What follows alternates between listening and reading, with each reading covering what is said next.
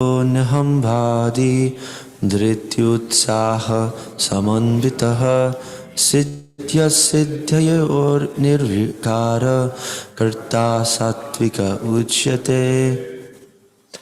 The worker who is free from all material attachments and false ego, who is enthusiastic and resolute, and who is indifferent to success or failure, is a worker in the mode of goodness. Text 27. Ragi karma pala prepsur lubho himsatmako shuchihi harshas shokhan vita karta rajasa parikirtitaha.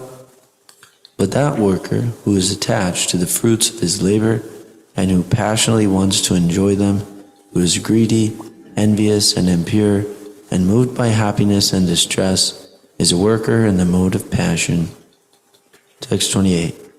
Ayukta prakrita stabdha shato nishkritiko lashaha vishadi dirga sutricha karta tamasa uchyate.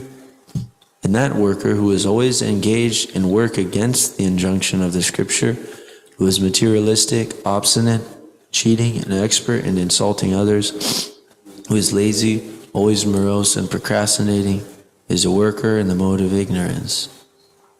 Text 29. Buddhir bedam nirishthishaiva gunatastri viham shinu prochamanam asheshena pritaktvena dhananjaya. Now, O winner of wealth, please listen as I tell you in detail of the three kinds of understanding and determination according to the three modes of nature. Text 30. Pravritim cha nivriptim cha karya karye bhaya bhaye bandhan moksham cha yabhiti buddhi sapartha sattviki. O son of Pritha, that understanding by which one knows what ought to be done and what ought not to be done, what is to be feared and what is not to be feared, what is binding and what is liberating, that understanding is established in the mode of goodness. Text 31. Yaya dharmam adharmam cha karyam cha karayam evcha atavat pragyanati buddhi sapartha rajasi. And that understanding which cannot distinguish between the religious way of life and the irreligious, between action that should be done and action that should not be done, that imperfect understanding, O son of Pritha, was in the mode of passion. Text 32. Adharmam dharmam iti ya manyate tamasavrita sarvartan viparitamscha buddhi sapartha tamasi. That understanding which considers irreligion to be religion and religion to be irreligion under the spell of illusion and darkness and strives always in the wrong direction, O Partha, is in the mode of ignorance. Text 33. Dhrityaya dharayate mana pranendriya kriyaha yogena vyabhicharinya dhriti sapartha sattviki. O son of Pritha, that determination which is unbreakable, which is sustained with steadfastness by yoga practice, and thus controls the mind, life, and the acts of the senses, is in the mode of goodness. Text 34. Yatu dharma kamartan dritya dharayate prasangena palakhamshi driti sapartha rajasi. And that determination by which one holds fast to fruitive result in religion, economic development, and sense gratification is of the nature of passion, O Arjuna. Final text, text 35. Yaya svapnam bayam shokam Shadam mavdam evacha na vimunchati durmedha triti sapartharamasi. And that determination which cannot go beyond dreaming, fearfulness, lamentation, moroseness, and illusion, such unintelligent determination is in the mode of darkness.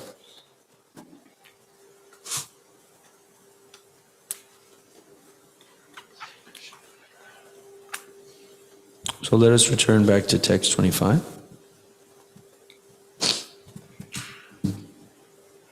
Page number 766 or 767 in the temple. Chapter 18, text 25. And that action performed in ignorance and delusion without consideration of future bondage or consequences, which inflicts injury and is impractical, is said to be action in the mode of ignorance. Purport. One has to give account of one's actions to the state or to the agents of the Supreme Lord called the Yamadutas. Irresponsible work is distraction because it destroys the regulative principles of scriptural injunction. It is often based on violence and is distressing to other living entities. Such irresponsible work is carried out in the light of one's personal experience. This is called illusion, and all such illusory work is a product of the mode of ignorance.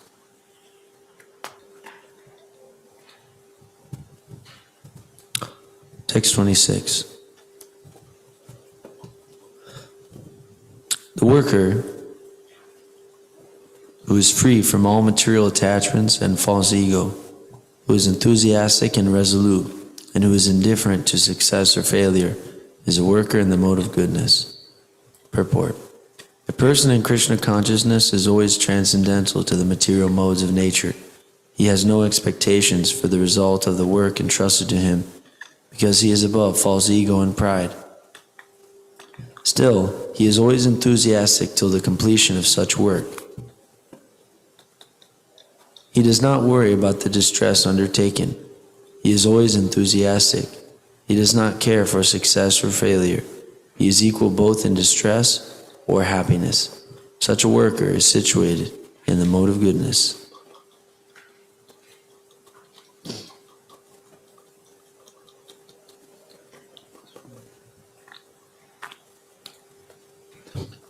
Text 27. But that worker who is attached to the fruits of his labor and who passionately wants to enjoy them, who is greedy, envious, and impure, and moved by happiness and distress, is a worker in the mode of passion. Purport. A person is too much attached to certain kind of work or to the result because he has too much attachment for materialism or hearth and home, wife and children. Such a person has no desire for higher elevation of life. He is simply concerned with making this world as materially comfortable as possible. He is generally very greedy, and he thinks that everything attained by him is permanent and never to be lost. Such a person is envious of others and prepared to do anything wrong for sense gratification. Therefore, such a person is unclean, and he does not care whether his earning is pure or impure. He is very happy if his work is successful and very much distressed when his work is not successful. Such is a man in the mode of passion.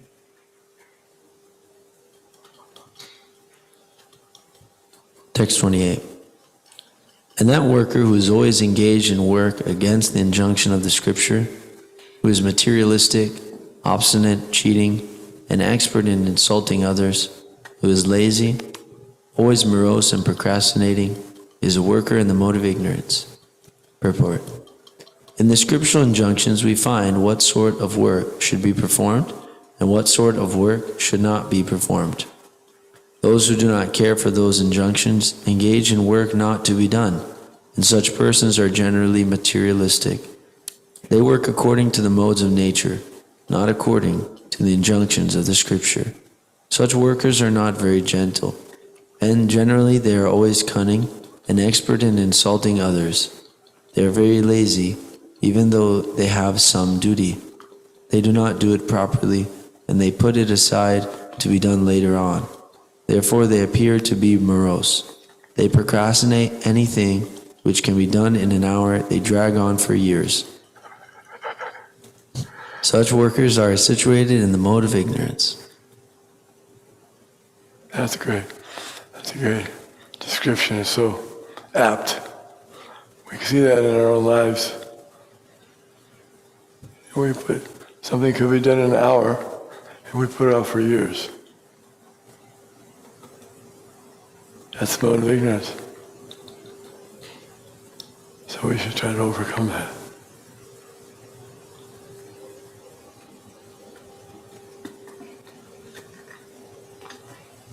Thank you.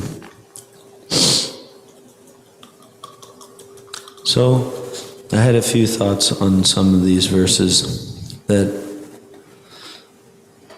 that action, back to text 25, we're held accountable for our actions, and we have to do that in this life to the state, but we also have to do that going forward before the Yamadutas. And actually there's many persons who have had pretty close encounters with the Yamadutas, like Ajamil, and there's even persons that give accounts in this very life that they have actually seen such, fearsome beings coming to take them somewhere. And we can see that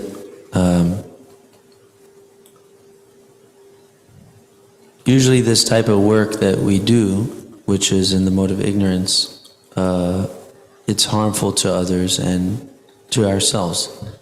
It's based on violence. So things like smoking is one thing that I thought of that, that's an action which is in the mode of ignorance. It's actually harmful to one's own body, and you have to do it somewhere. If you do it somewhere near others, they also get harmed.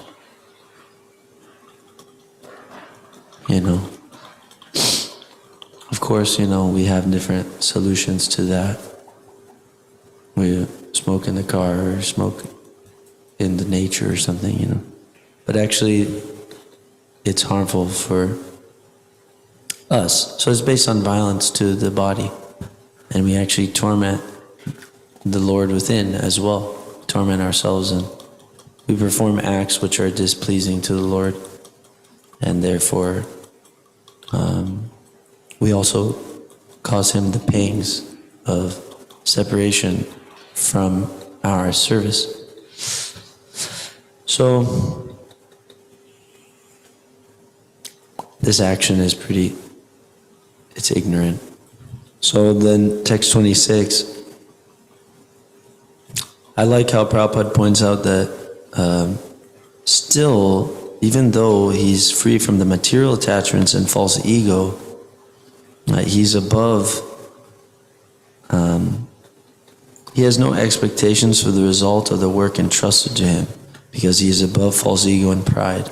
Then Prabhupada says, still he is always enthusiastic till the completion of such work. So this is very nice.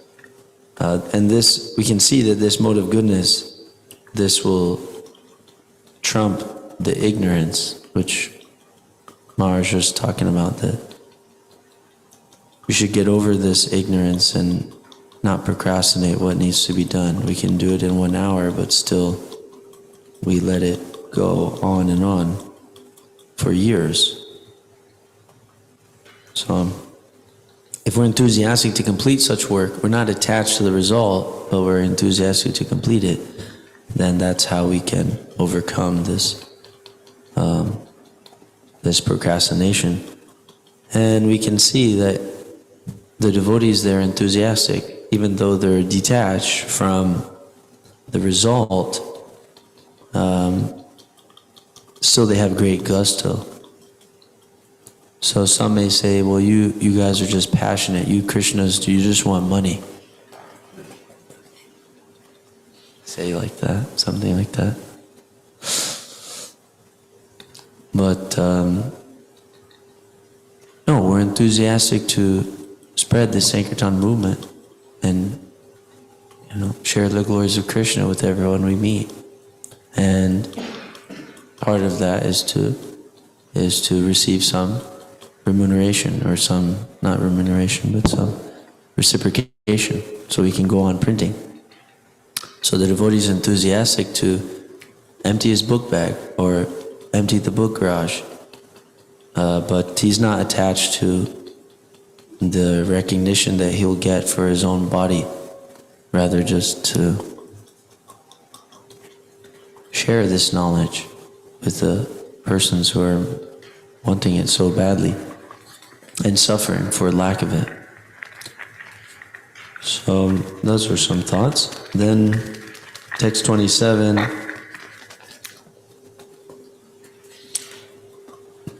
That worker who is attached to the fruits of his labor and who passionately wants to enjoy them, who is greedy, envious, and impure, and moved by happiness and distress, is a worker in the mode of passion.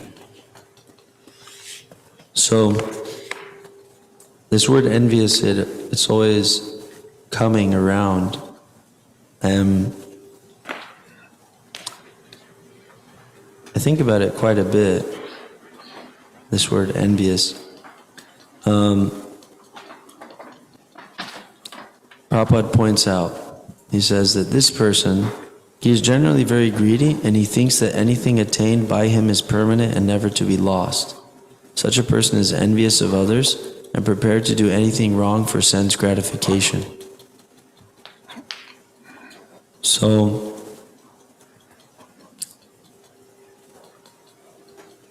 envy means that envy and pride are actually more or less in the same family. I mean, in one sense, all the anarthas are kind of all together, If we still, one devotee was explaining that if we have some lust, there's going to be some envy and some greed and some illusion, some madness. It's all goes kind of more or less together. But this pride, if we're proud of something that we're not. That's why Prabhupada usually, he clarifies and he always says false pride. Real pride means I'm proud of Krishna, I'm proud of the spiritual master, I'm proud of this knowledge. I'm proud to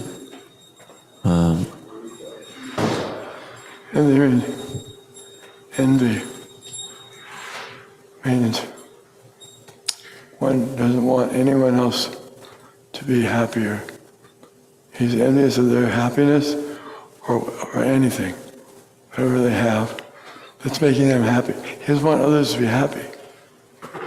He wants himself to be happy.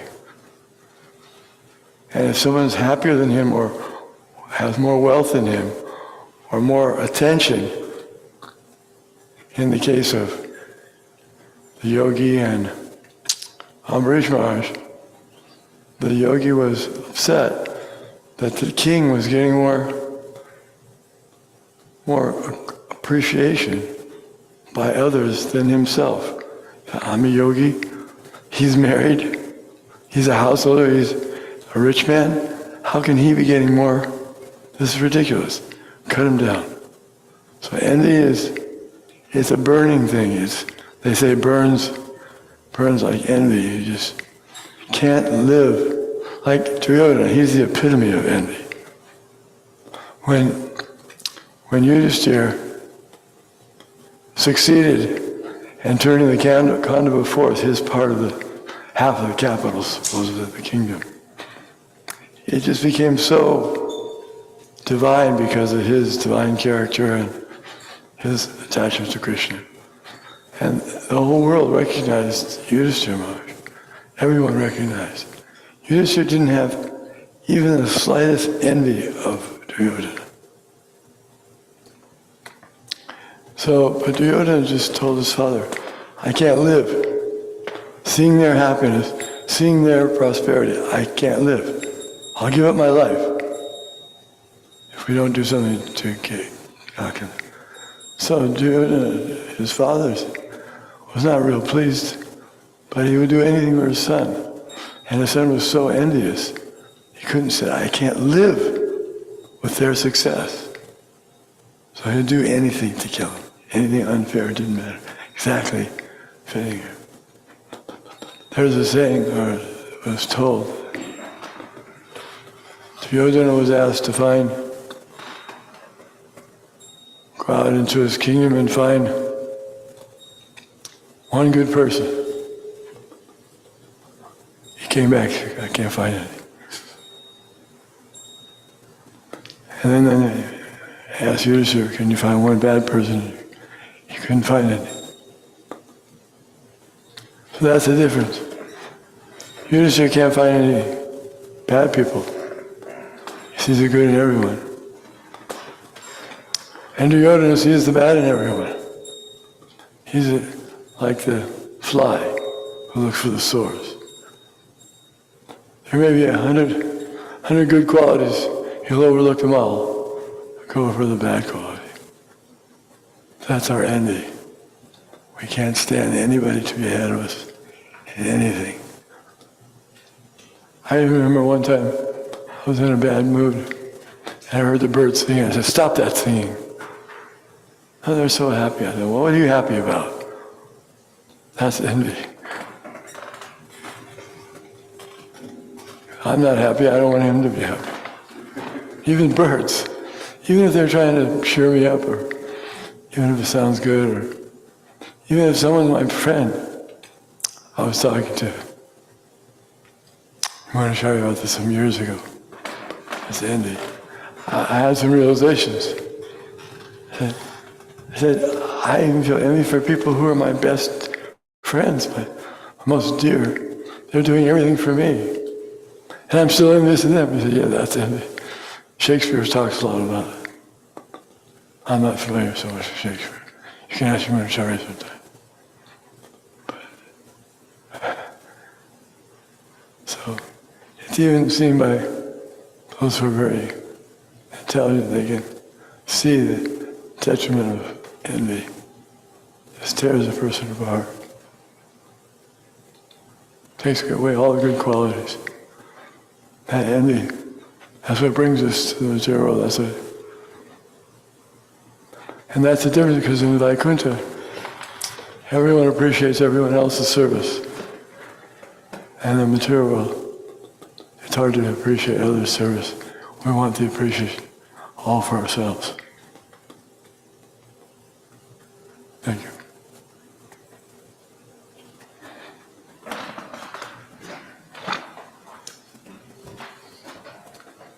Yes.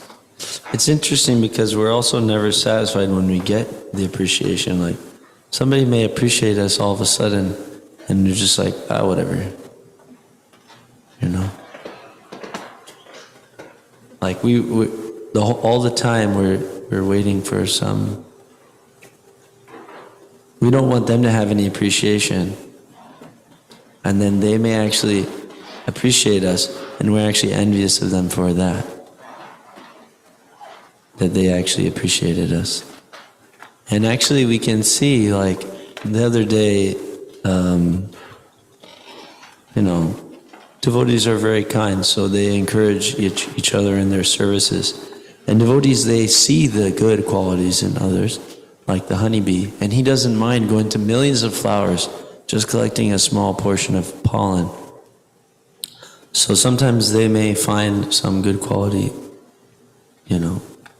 in us, and even though we don't have it, that's their good quality, that they find it, and then they may say, well, you did this really nice, but then we don't really accept that graciously. And I was realizing that this is like a lack of inattention, or it's a lack of attention that I'm giving to the relationship. If a devotee finds some good quality in me, or expresses some appreciation for some of my service, and I don't accept that and thank that and give them my attention, and then maybe reflect some back to them, take a moment to appreciate their services, and then also give up the glorification to the acharyas and to Krishna, then I lost an opportunity to deepen my relationship and attack envy very meaningfully. Because it's not easy to be attentive in that moment. This is my personal realization that, whenever somebody appreciates me, still that envy is there, and I don't want to actually kind of be humble enough to receive that appreciation or be real in that moment with the devotee. It's very interesting. I wanted to mention that on this same line that King Kamsa is in the first section of the Krishna book. Prabhupada writes about King Kamsa that, he was going to kill his own sister. And Prabhupada gives some commentary there that, this person can do any sort of heinous thing for the satisfaction of his desires. And this goes down in history all the time that, people are ready to do anything to get their way.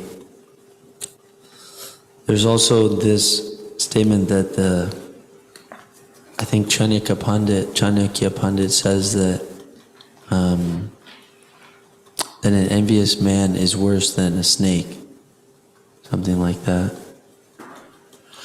Yeah, there's two envious creatures, a snake and an envious man. Of the two, envious man he can't be reformed. The snake can be charmed by mantras. The expert snake charmer, he knows how to charm, and then he doesn't bite. The charmer will tell the people to be scared. He says, "Don't worry, while I'm here, he won't bite you." So he can be charmed. But an envious man, like Hiranyakashipu, no way to charm him, no way to stop him from his envious behavior. He's incorrigible. This is reminding me that there's some descriptions of the hellish planets, and it said that one who it's mentioned a little bit here that people who are getting their wealth through impure means, and they get some suffering on some hellish planets. Now there's a specific hellish planet which is that Prabhupada mentions here that they're unclean, and that there's some planet where there's some creatures called rurus, which are more envious than snakes, and the rurus actually attack that person and eat his flesh, attack him.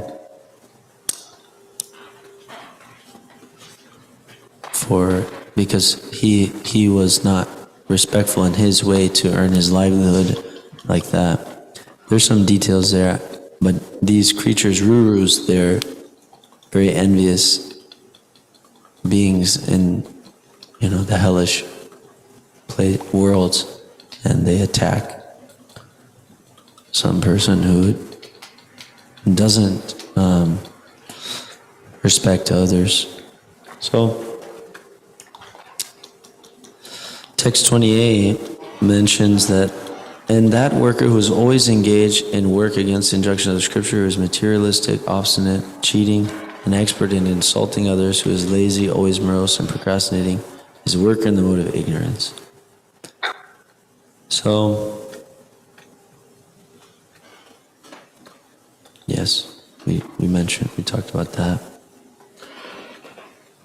Let's look at 29. Now, O winner of wealth, please listen as I tell you in detail of the three kinds of understanding and determination according to the three modes of nature. Purport. Now, after explaining knowledge, the object of knowledge, and the knower in three different divisions according to modes of material nature, the Lord is explaining the intelligence and determination of the worker in the same way. Text 30.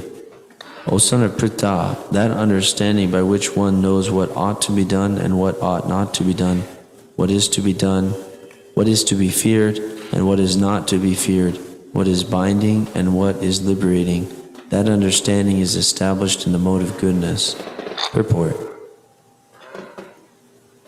Actions which are performed in terms of the directions of the scriptures are called pravriti, or actions that deserve to be performed, and actions which are not so directed are not to be performed. One who does not know the scriptural directions becomes entangled in the actions and reactions of work. Understanding which discriminates by intelligence is situated in the mode of goodness.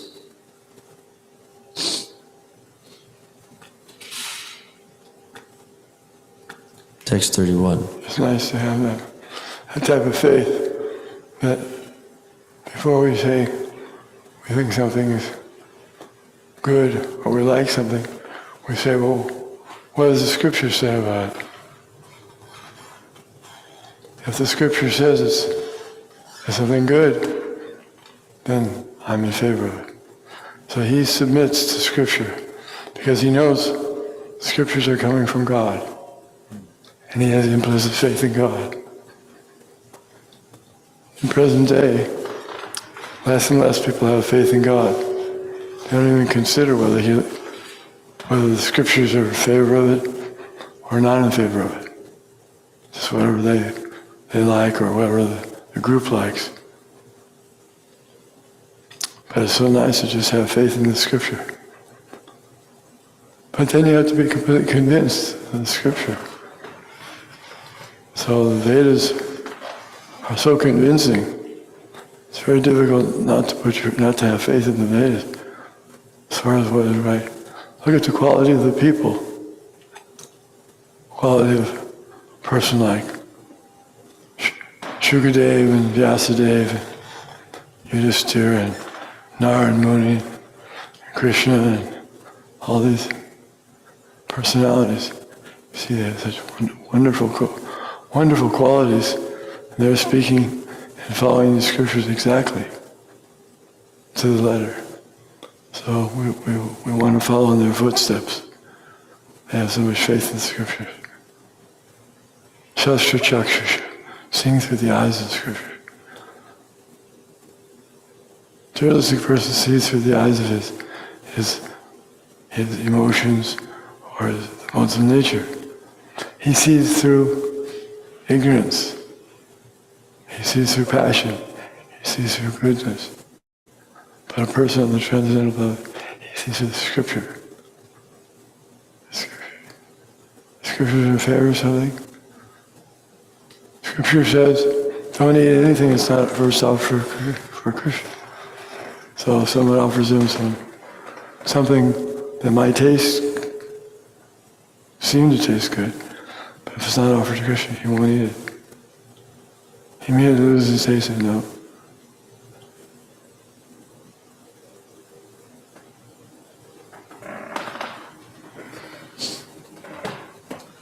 Yes. I have a question because sometimes somebody comes and says, well, what I'm going to write this book. But what I'm writing is from God. It's not from me. What? So sometimes somebody comes and they write something. They write some book and they say, but I'm not writing this book. This book is from God. Spirit of compassion is coming to me and he's speaking to me. Hopefully. We hope that's true. We can tell that's true if whatever comes out is authorized by the scripture. Then we know it's coming from God. Otherwise, We may hope it's coming, we may think it is, but it may not be there.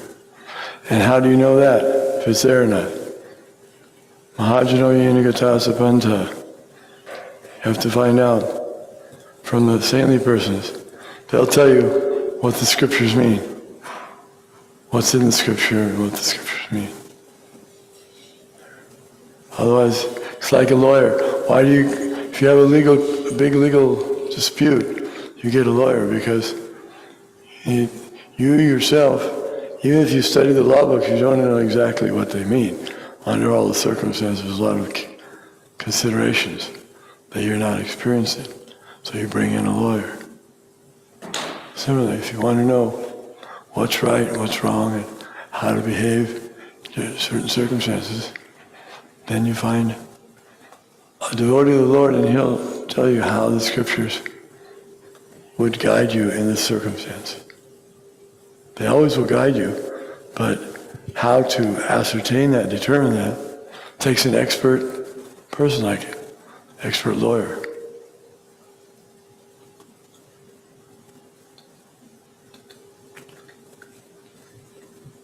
Well, sometimes we say, well, the scripture is self-evident. So when you practice it, then you see the result. But we don't give a chance to any other books. So how can we know that, it's not?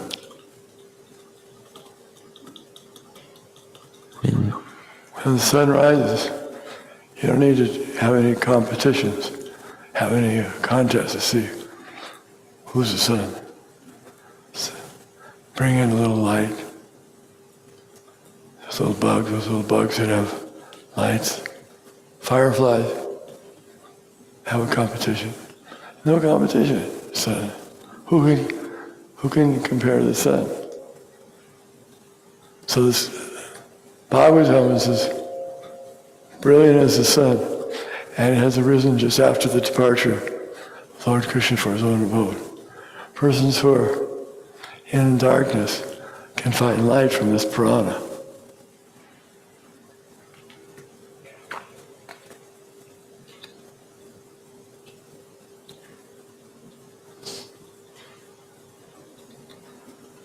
So there's one text which I thought of that says that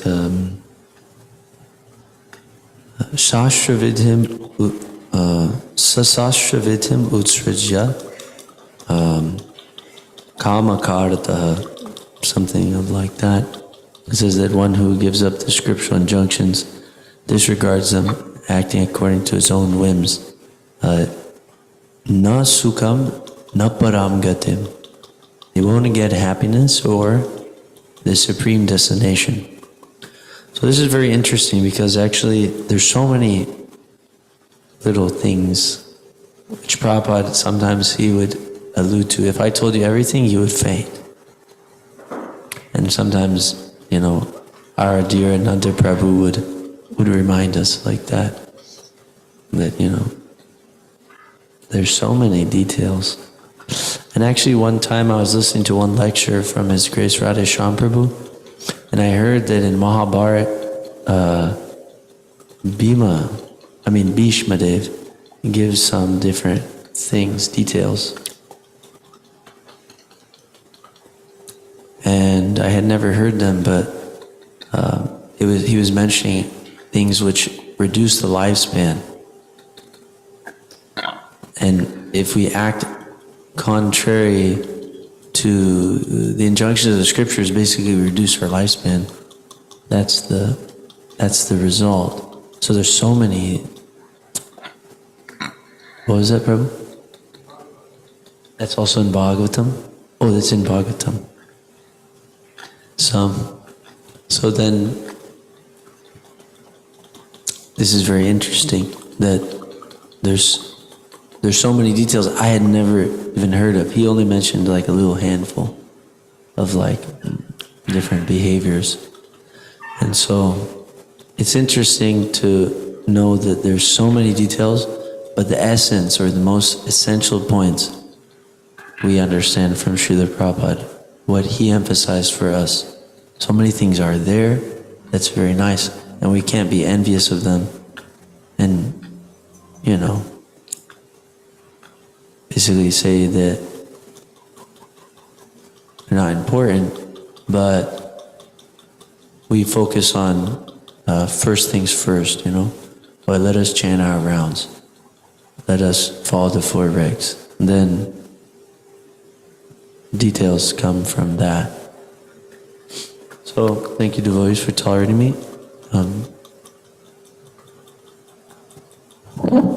Could we get one mic for Magadhari Prabhu?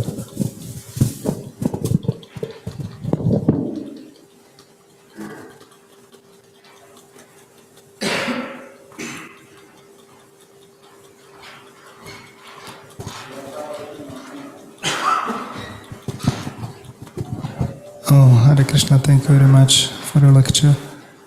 When you're mentioning this Yamadutas, that some people, actually our spiritual brother had, disciple of His Holiness had such experience, and because of that he came to Krishna consciousness.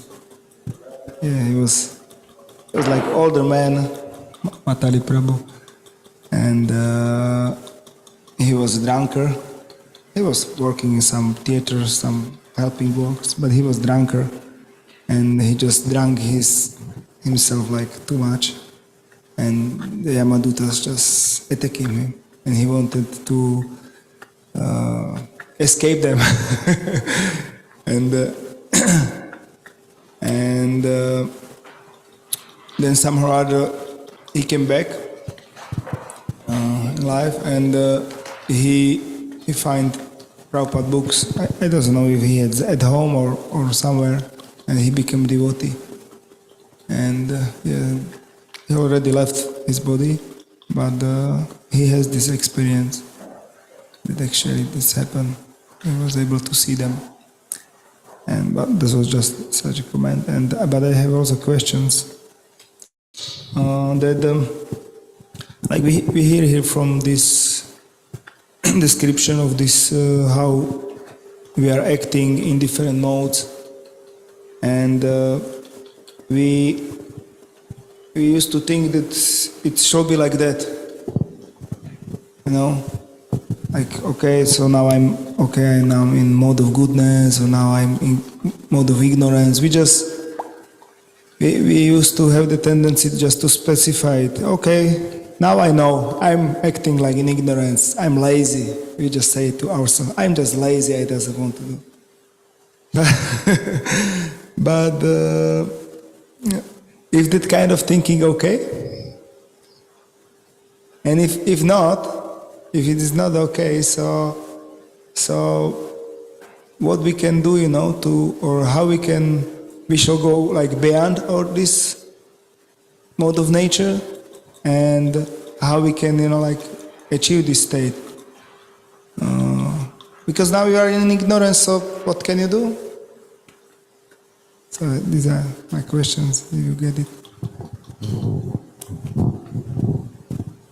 Well, it's definitely it's a sign that we've received some good knowledge, some mercy, if we can identify. Because normally we just go with it. You don't, it just happens to us.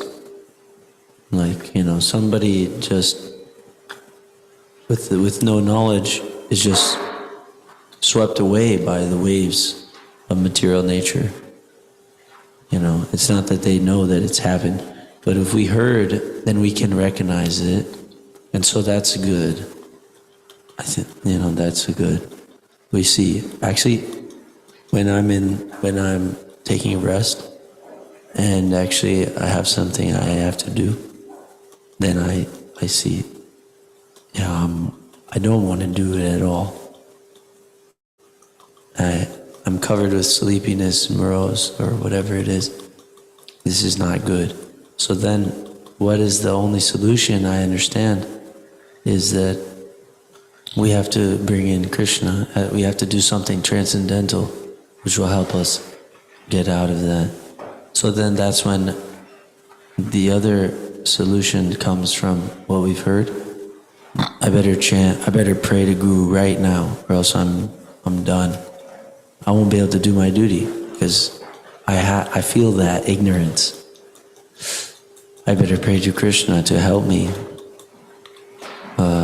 There's one, I read something just recently that, like, say we are going to try to be humble and chant the holy name without any offenses, then it's more or less like a holistic program, you know. So the devotee was mentioning that if before you go to bed, then you're praying to Guru for protection, you're praying to Srila Prabhupada, and you're meditating on the ashtas, you know, these, like there's Guru Vashtakam, Shikshashtakam, Damodar Ashtakam, you know, who knows another one?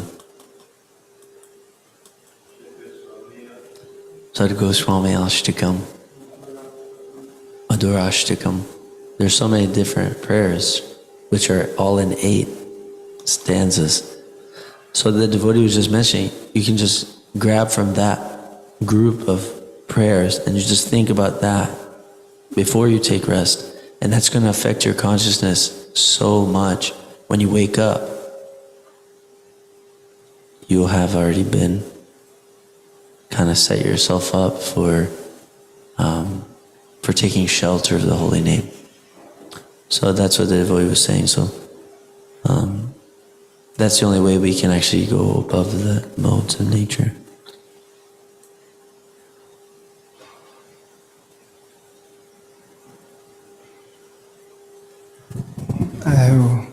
Something came to my mind when he was saying this. That sometimes happens like when we are like fully engaged in devotional service, you know, the body is just tired. You know, maybe we are not on the level to be just our consciousness is maybe not so elevated that we just doesn't have enough of sleep, you know. And sometimes we can read the scriptures or something, but we start to fall to sleep. Like for myself, I have this experience, and I doesn't want to sleep, but I want to read. But when I read, I just doesn't anything remember, you know. So then, for myself, sometimes it helps me that, okay, so I just decide now I will sleep for Krishna, 15 minutes, I wake up and then I read. And I really read, because my mind is just, you know, it's just, it's like ignorance, or, you know, this is my question. Because you doesn't want to do it, but you understand, you know, your position, and you just try to be like better for the service, because otherwise you will like read 1 hour, but nothing get from it, nothing. Then I read like 45 minutes, but I'm fixed up really in ecstasy. I remember everything. Just this is like the question, or you can comment. Yes. Yeah, we have to discriminate. Like, we have to use our intelligence in the service. So I think that's very nice, you know. If we're not able to be attentive to our service, then maybe we need to, you know, be attentive to a different service. Like you said, I gotta do my rest service. And, you know, that's the point. 24 hours service. When we rest, it's also a service, because if we're just taking what we need at the ideal standard. So it's, you know, it's very nice.